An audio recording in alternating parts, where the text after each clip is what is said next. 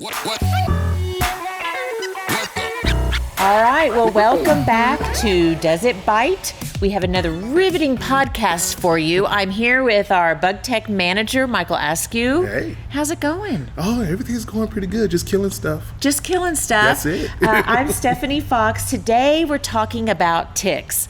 That makes me want to scratch and itch and inspect every part of myself to make Right. sure I don't have a secret pest attached to me somewhere. But in West Texas, the Texas Panhandle, are ticks even a thing? Oh, yes.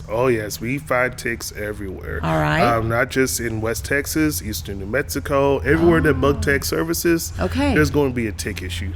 So I always think about ticks like you get them from wooded areas. You've been in East Texas camping, or you're hiking in Colorado or whatever, and you bring a tick home. Mm-hmm. I'm assuming that's one way you get ticks. But how do ticks come about in our area? Well, West Texas has no wooded areas.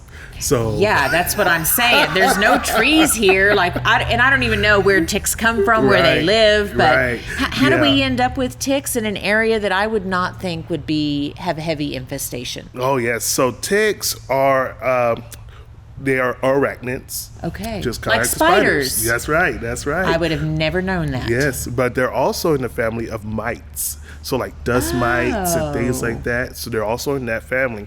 So what mites like to do is kind of hide under things. Okay. So we find a lot of ticks under wood piles, especially here in West Texas. We love our wood piles. Yes, we you know. do. We have our construction sites and things like that. When we get done building stuff, we just throw everything in the corner and not worry about it. Right.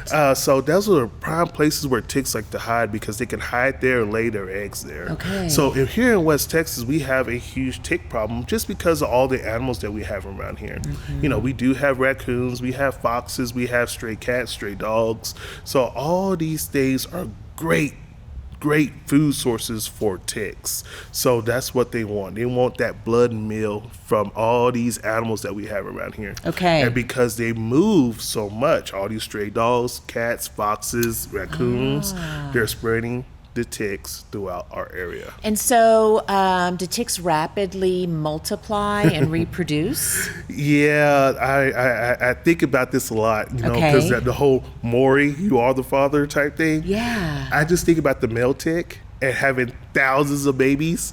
And he's like, oh man, I am the father of thousands of babies, and that's how many ticks, that's how many babies ticks lay. Yeah. They lay a lot of eggs. Okay. That's why they are so difficult to control because he lays so many eggs. So I know we think about ticks on our pets. Mm-hmm. Should we be checking? How do we know if our pets are have ticks? Should we be checking them regularly? Yes. Okay. So you always want to check And what do your they pets. look like? Like, how do we know? Yes, so a tick is about the size of an apple seed. Okay.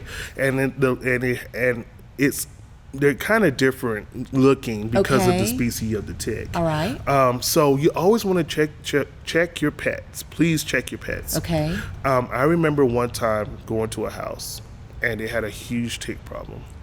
And the poor dog had ticks all in his ears, behind his ears, and on his neck. Like hundreds of ticks? Yes. So you always want to check. Just one tick could pose a problem. So I know we're used to seeing them on animals, or when we see one or two, that's cause for concern. But what Right. about people? Yes. So like we talked about in the episode before, ticks are vectors, Okay. like mosquitoes. Okay. They could transmit human diseases. One of the biggest diseases that they transmit is Lyme disease. And I know a lot of people associate ticks with Lyme disease. Yes.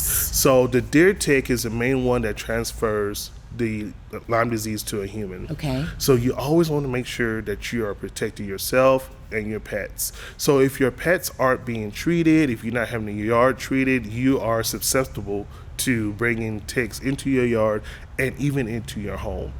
We found ticks in beds. We found ticks in carpets because they can lay their eggs in carpets. They can lay their eggs almost anywhere.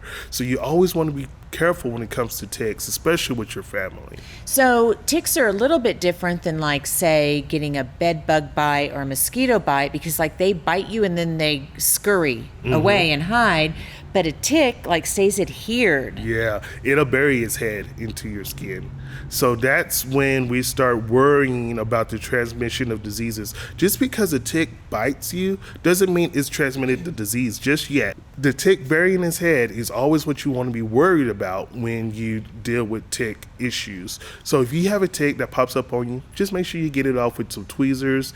Make sure you pull it off. Make sure you don't break the head off into the skin. So that way, the saliva from the tick itself doesn't transmit those diseases. Gosh. So if somebody thinks they have ticks, they better call Bug Tech. Yes. Tell us a little bit about what do you look for? How do you assess and inspect? And then how do you treat? Okay, so we always want to make sure that we talk to the homeowner. We ask them, are their pets being treated? Have they seen ticks on their pets? Have they seen ticks in the house? Have they seen ticks in the yard? If any one of those questions is yes, we definitely need to do a treatment. We also ask if the neighbors have dogs, cats, stray dogs in the neighborhood. That's when we really need to start focusing and honing in on what's going on. Why are they coming in? What's bringing them in?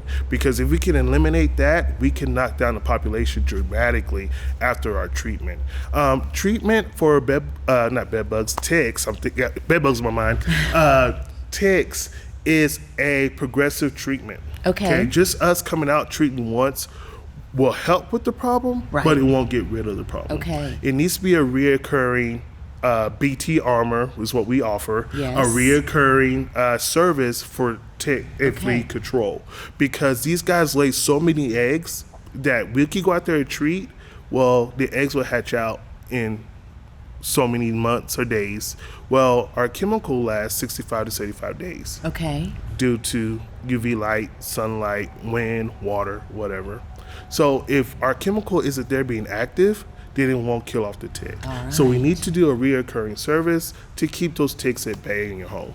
Awesome. Well, Michael, thank you for enlightening us on ticks in our West Texas and Eastern New Mexico area. Does it bite? Oh, yeah, and it stays embedded in the skin. That is so completely gross. But ticks can be dangerous, and so we need to be aware. And so thank you once again. And that's another episode of Does It Bite? We'll see you next time.